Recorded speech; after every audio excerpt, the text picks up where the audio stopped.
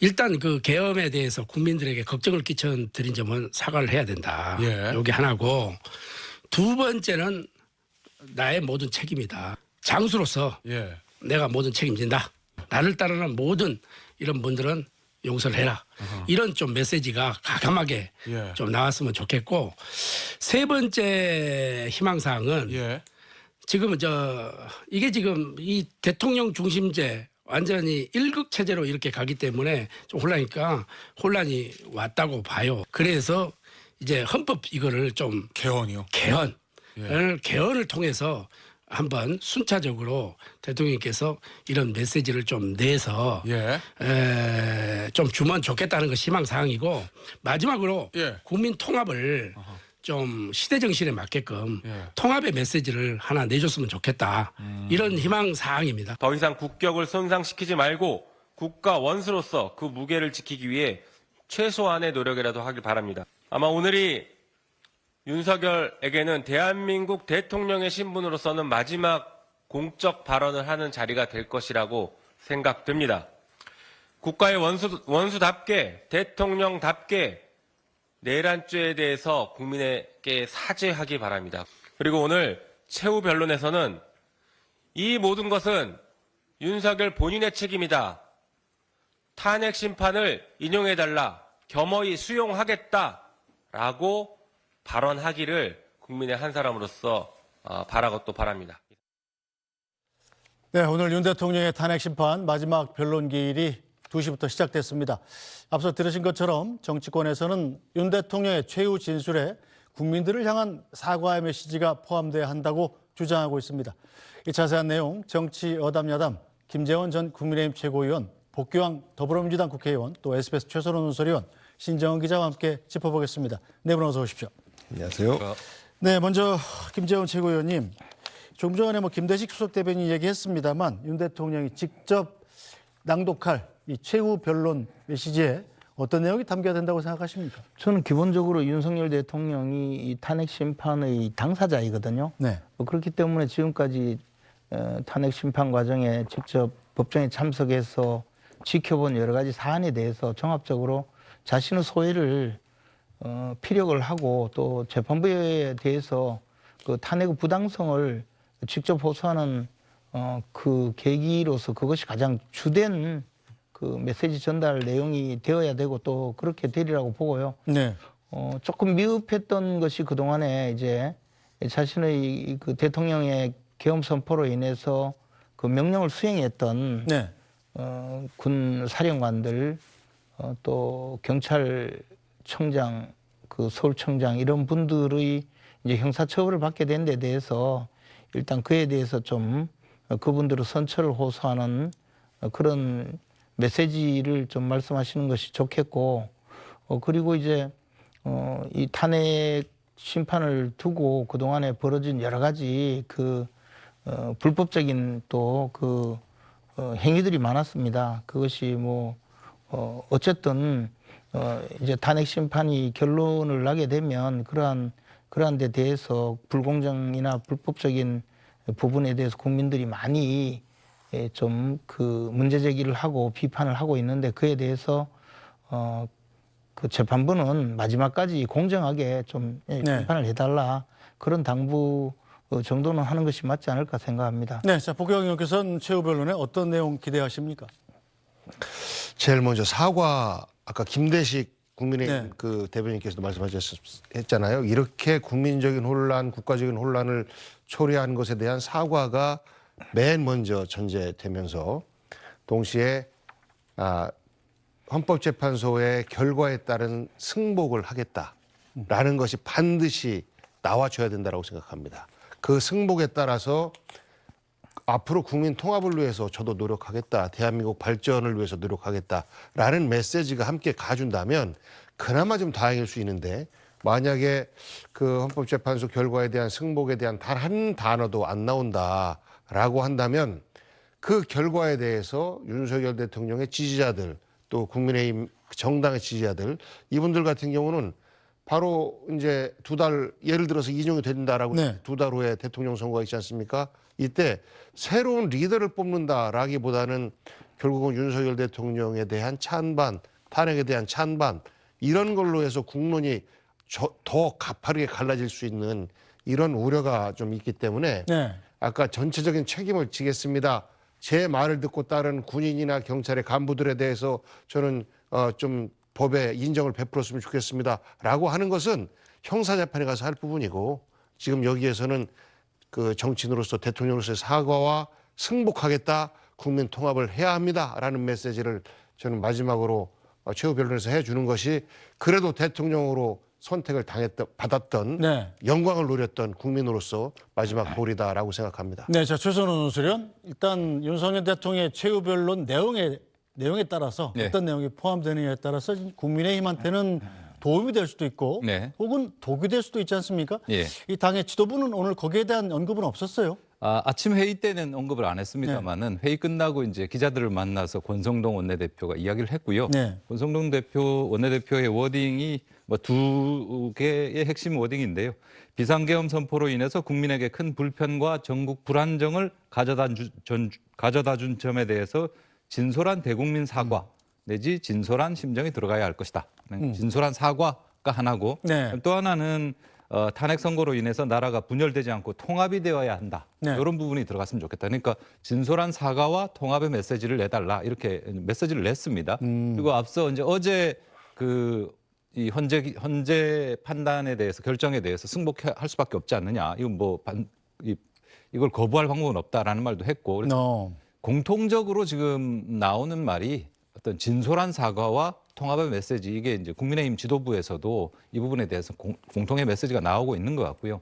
그리고 참고로 지난 그 박근혜 전 대통령의 탄핵 결정문 때 결정문 마지막 부분, 그러니까 네. 결론 바로 그러니까 대통령 박근혜를 파면한다라고 하는 바로 윗부분에 결론적으로 했던 그 결정문에 보면 이렇게 나옵니다. 자신의 헌법과 법률 위배 행위에 대해서 국민의 신뢰를 회복하고자 하는 노력을 하는 대신 국민을 상대로 진실성 없는 사과를 하고 국민에 대한 약속을 지키지도 않았다. 그리고 뭐 이런 사정을 종합해 보면 국민의 신임을 배반한 행위로라고 하면서 파면 네. 결정이 나옵니다. 그러니까 국민의 신임을 회복하고 진솔한 사과를 하고 뭐 진실성 있는 어떤 그런 사과를 하고 이런 것은 글쎄요 제 생각에는 탄핵 심판 자체에도 그 윤석열 대통령에게도 유리한 부분이지 않느냐. 그러니까 국민들도 원하고 탄핵 심판에서도 유리한 부분 아닐까 이런 생각이 듭니다. 네. 근데 저 개인적으로는 지금 하신 말씀 중에서 물론 굉장히 귀담아 들어야 될 내용이겠지만 첫째 하나는 헌법재판소나 또는 그동안 수사를 담당했던 공수처가 과연 국민들이 승복할 수 있을 정도의 공정성을 기했느냐에 대해서 많은 분들이 의구심을 갖고 있습니다. 저 개인적으로도 헌법재판소의 심판 과정이 불법 행위를 자행했다고 믿고 있습니다. 네. 공수처의 그 수사는 뭐 이루 말할 수 없는 그런 불법 그 수사와 또 신병 확보 과정의 잘못된 행위는 지금도 논란이 되고 있지 않습니까?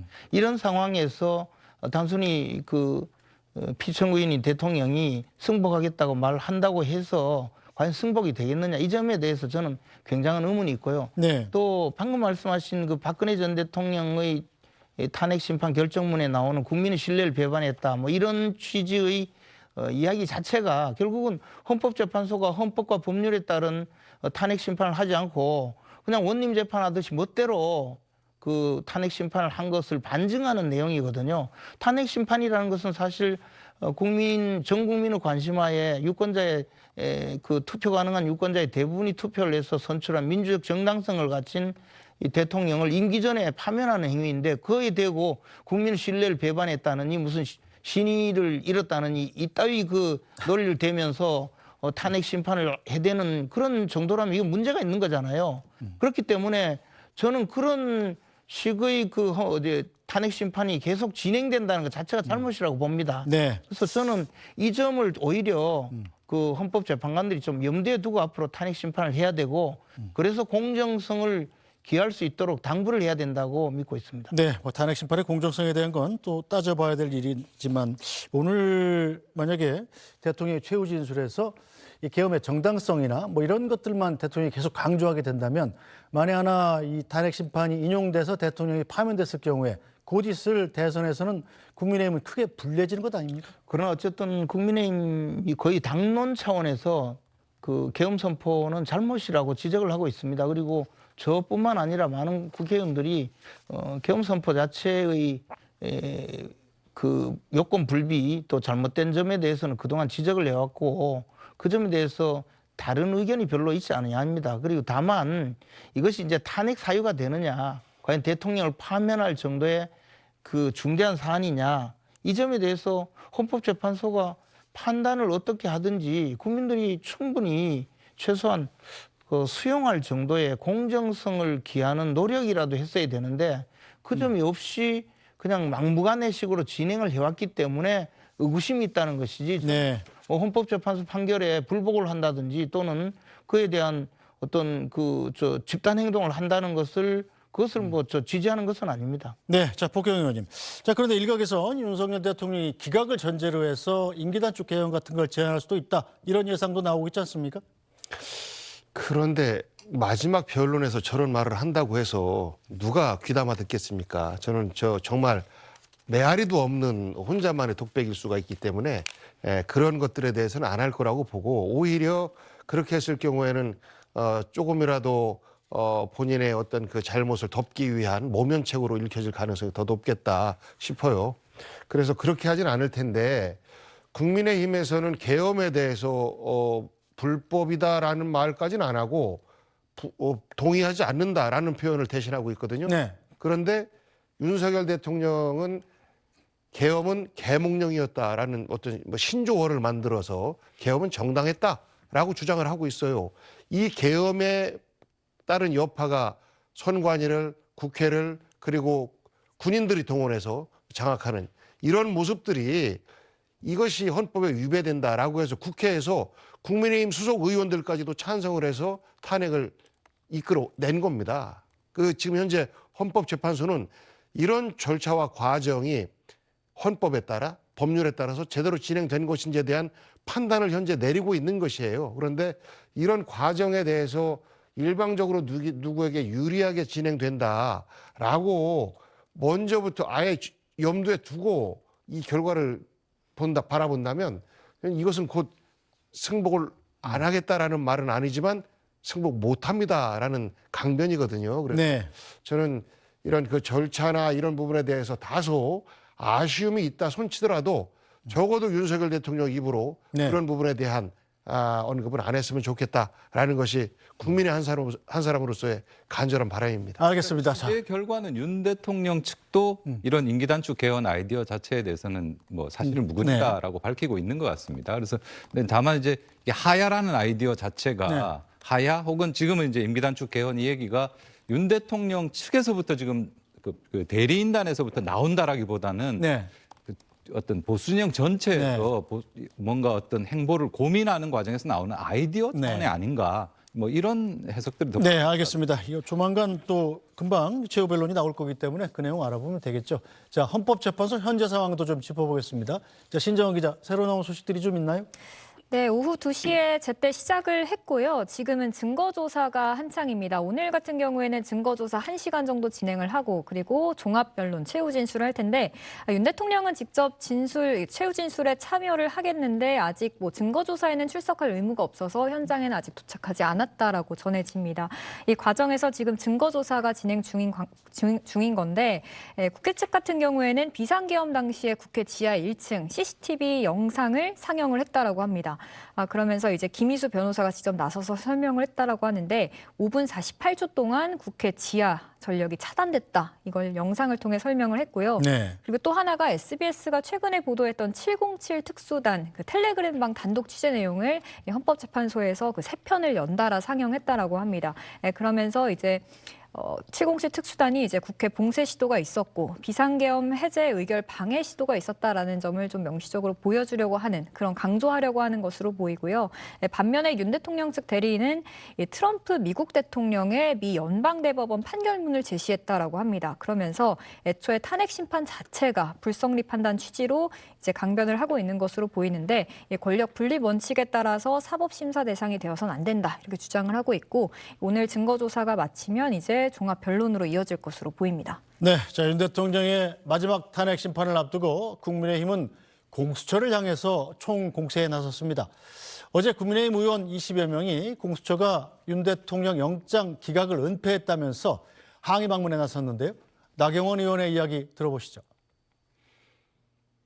국민 속인 영장 쇼핑! 공수처를 수사하라! 수사하라! 수사하라! 수사하라! 공수처는 그동안 우리가 제기했던 판사 쇼핑을 한 것이 밝혀졌습니다. 또 공수처는 그 모든 사실을 속여왔다는 것이 밝혀졌습니다. 공수처는 태어나지 말았어야 되는 조직이었습니다. 특정 세력의 하명 수사처가 될 것이라고 예상한 대로 공수처는 그동안 민주당의 내란몰이 선동에 앞장섰습니다. 결국 수사 관행상, 수사 역사상 한 번도 없었던 한마디로 중앙지방법원에 수차례 영장을 청구하고 기각이 된 다음 다시 판사 쇼핑을 해서 서부지방법원에 영장을 청구하는 불법과 위법을 저질렀습니다. 윤석열 대통령에 대한 영장을 중앙지방법원에 청구한 사실이 없다고 거짓말한 것, 그 이유가 무엇인지 밝혀야 합니다. 이제 이 모든 것에 책임이 있는 오동은 공수처장은 즉각 그 자리에서 사퇴해야 합니다. 네, 그러나 국민의힘이 제기하는 공수처 영장 쇼핑 의혹에 대해서 민주당은 말도 안 되는 주장이라며 반박하고 있습니다. 공수처가 서울중앙지법에 청구한 초기 영장들이 좀 기각이 되다 보니까 서울 서부지법으로 간 거 아니냐 이런 얘기를 하는데 좀 어떻습니까? 그 당시에 내란 이후에 수사기관마다 경찰, 공수처, 검찰 서로 수사에 착수했습니다. 그렇기 때문에 서로 수사기관마다 수사에 착수하려고 했고 서울중앙지방법원에 압수영장, 통신영장 청구가 중복된 겁니다. 법원 입장에서는 여기는 발부해주고 여기는 발부 안 해주고 할 수는 없잖아요. 그렇기 때문에 법원 입장에서는 수사기관끼리 협조해서 중복되지 않게 청구하세요 라고 하면서 기각을 한 겁니다. 교통정리를 한 거죠, 말하자면. 그 후에 이제 공수처에서는 서부지법에 영장을 청구했고 발부됐고 그걸 가지고 윤석열 측에서 서울중앙지방법원에 체포적부심 청구했어요. 체포적부심 결과 위법이 없다라고 판단했기 때문에 그런 영장 쇼핑 논란 부분은 말이 안 되는 주장이라고 생각합니다. 네, 자, 이 논란은 최선호 논설위원께서 정리해 주시죠. 영장 쇼핑 의혹 대체 어떻게 된 얘기입니까? 그러니까 지금 이게 사실과 평가가 지금 다 뒤섞인 채로 양쪽이 다 이야기하고 있어서 좀 네. 혼란스러울 겁니다. 양쪽 주장을 다 들어도. 근데 이제 이게 서부지법에 체포영장을 신청한 것에 대해서 이것은 체포영장, 영장 쇼핑이다라는 비판은 국민의힘에서 계속 해왔던 부분인데 네. 이게 지난주죠. 이제 이 검찰이 이제 7만 페이지에 달하는 이제 기소 관련해서 어떤 문건을 공개했고 이 부분을 보고 영장이 기각당한 사실을 감췄다라고 이제 윤 대통령 대리인단에서 이제 주장을 하면서 이게 조금 더 증폭이 됐는데요. 이게 뭐냐면 12월 6일하고 12월 8일에 서울중앙지법에 통신영장하고 압수수색영장을 넣었습니다. 네. 그러니까 공수처에서. 근데 이 부분이 기각됐어요. 근데 기각된 건 사실입니다. 근데 기각된 이유는 이게 수사기관별로 그 당시에 이제 초기에 경찰과 검찰이 다 같이 집어넣었지 않습니까? 그래서 네.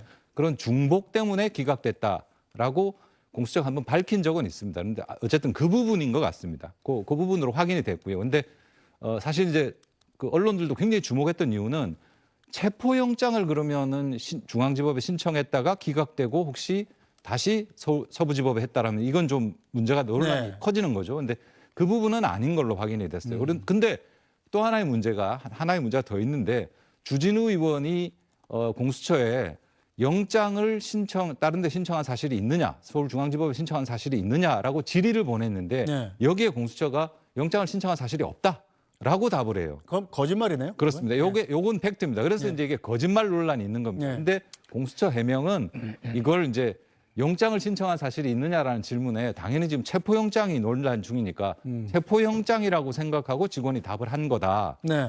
뭐 이렇게 지금 또 해명을 하고 있습니다. 근데 어쨌든 이 부분에 대해서 석연치 않은 부분에 대한 의심을 계속 그 좀 키웠다 거짓말 논란 이런 부분이 그런 지적이 가능한 것이고 네. 그래서 국민의힘에서는 이 공수처에 대해서 거짓말했다라는 걸로 이제 고발까지 하는 그렇게 지금 상황이 흘러오고 있는 과정입니다. 네, 자, 김재원 최고요. 이게 뭐 단순히 거짓말의 문제가 아닌 게 공수처법에 명백하게 공수처 사건 그 공수처 수사 사건은 서울중앙지방법원 관할로 한다라고 해서 창설적 그 관할이 있습니다. 법률에 의해서 네. 관할을 지정해 준 겁니다. 다만 공수처에서 기소하는 사건의 경우에 공수처 검사는 뭐 범죄 행위지 또는 피의자의 소재지 주거지를 고려하여 관할 법원에 공소 제기할 수 있다라는 별도의 규정이 있습니다. 그것을 보면 결국에는 공수처가 직접 기소할 수 있는 판사, 검사, 경찰 요 사안에 대해서는 공소 제기할 때 관할 그 법원을 지정할 수 있지만 자기들이 기소하지 못하는 사건들, 네. 즉 윤석열 대통령 사건은 자기들이 기소하지 못하지 않습니까? 이것은 그냥 창설적 그 관할로 서울중앙지법으로 돼 있는 거예요. 그래서 처음에 그 압수수색 영장하고 그 통신영장을 신청을 했는데 이게 기각이 됐어요. 근데 대부분이 수사 초기 단계의 압수수색 영장, 통신영장은 거의 발부를 합니다. 왜냐하면 초기 단계 수사의 단서를 얻기 위한 그 압수수색 영장이나 통신영장이기 때문에 수사 기록 자체가 별로 없어요. 그러니까 수사의 단서만 그 좀 남아있기 때문에 일단 영장을 발부하거든요. 근데 그때 당시에 영장 그 기각 사유를 공수처에서 밝힌 내용으로는 여러 가지 그 수사기관에서 영장이 청구되고 있으니 수사기관 간 조정을 해라. 그런 내용으로 기각을 했다는 거 아닙니까? 네. 그 자체가 수사권이 어디 있는지 정확하게 알고 그 영장을 신청하라는 그런 취지였다고 저는 봅니다. 네네. 그래서 공수처 당신들은 수사권이 없는 것 아니냐라고 공수처가 받아들일 가능성이 많다는 거죠. 네. 그런데 이것보다도 훨씬 더 요건이 까다로운 체포영장, 구속영장을 중앙지법에 영장을 청구했다가는 아마 기각될 가능성이 크다고 생각할 수가 있겠죠. 네. 그러니까 서울 서부지방법으로 갔다라고 국민의힘에서 문제 제기를 하고 있었거든요. 네네. 그런데 그만큼 문제 제기를 하면서 영장을 청구한 사실이 있느냐라고 질문할 때는 이미 압수수색 영장, 통신영장에 대해서 청구했다는 제보가 있어서 그것을 밝힌 다음에 그 물어본 거 아닙니까? 근데도 영장을 그 청구한 사실이 없다라고 그걸 공식 확인을 했거든요. 네. 그 문건은 공문서입니다. 그런데 그렇게 확인을 해주고 버티다가 이번에 수사 기록이 이제 공개가 되니까 거기서 들통이 난 거예요. 그리고 서울 서부지방법원으로 갈 때는 서울 서부지방법원의 영장 전담 판사가 우리법 연구회 출신 판사니까 아마 이분은 영장을 발부해 줄 가능성이 크다라고 판단했을 거라고 전부 다 계속 문제 제기를 했지 않습니까? 네. 그럼에도 불구하고 그걸 버티고 거짓말하다가 결국에 이번이 들통 난 건데 이것은 명백히 허위공문서 작성죄거든요. 근데 오동훈 공수처장은 그것에 고의를 부인하는 뭐 파견 인력이 내용을 잘 몰랐다 이런 그 쓸데없는 거짓말을 하는데 저것이 어떻게 성립될 수가 있겠습니까?